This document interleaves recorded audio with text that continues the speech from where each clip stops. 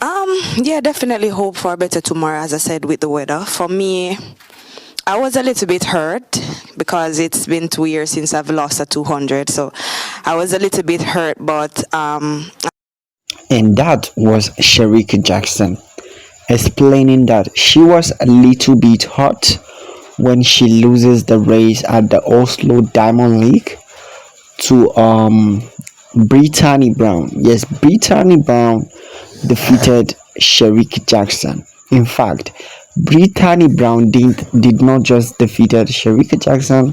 Shericka Jackson came fifth position. Guys, not first, not second, not third, not even fourth, but fifth position.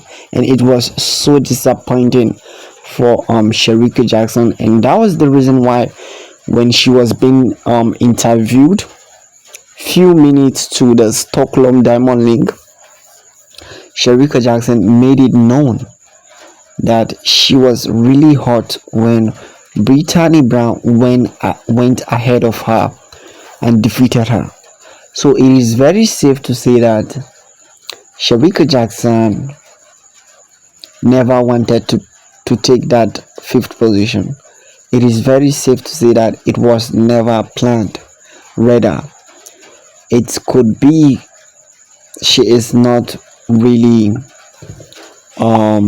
flexibly ready for the race, or should I say she didn't bring all her energy. But all I want you guys to know is that the race, Shericka Jackson coming fifth position, was never planned.